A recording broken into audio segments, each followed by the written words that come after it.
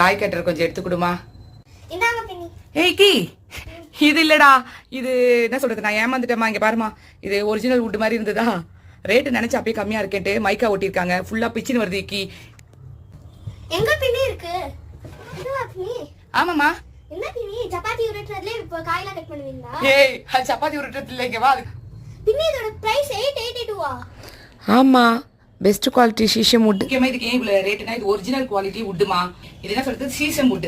நம்ம இந்தியால வந்து இதை வந்து கிட்டத்தட்ட தேக்கு மரத்துக்கு ஈக்குவலா இந்த வுட்டை சொல்றாங்க, ரோஸ் வுட்னு சொல்றாங்க. இது வுட்லாம் சீக்கிரமா வந்து பிச்சுக்கிட்டு வராது. ரெண்டாவது என்னன்னா, வுட்டை வந்து மெயின்டைன் பண்ணணும். கழுவும் போது யூஸ் பண்ணிட்டு கொஞ்சம் பூஞ்சைகள் ஃபங்கஸ் சொல்றோம், அது வரும். அது வராம இருக்க வெயில கொஞ்சம் வச்சு வாரத்துல ஒரு வாட்டி மெயின்டைன் பண்ணா போதும். இது வந்து பெஸ்ட்டுங்க. ரேட் அதிகம் தான், எவ்வளவு செலவு பண்றோம். ஆனா நம்ம ஃபுட்டு சாப்பிடுற விஷயம், அதுக்கு கொஞ்சம் குவாலிட்டியானதை வாங்கணும்னு நான் நினைச்சிட்டே இருந்தேன்.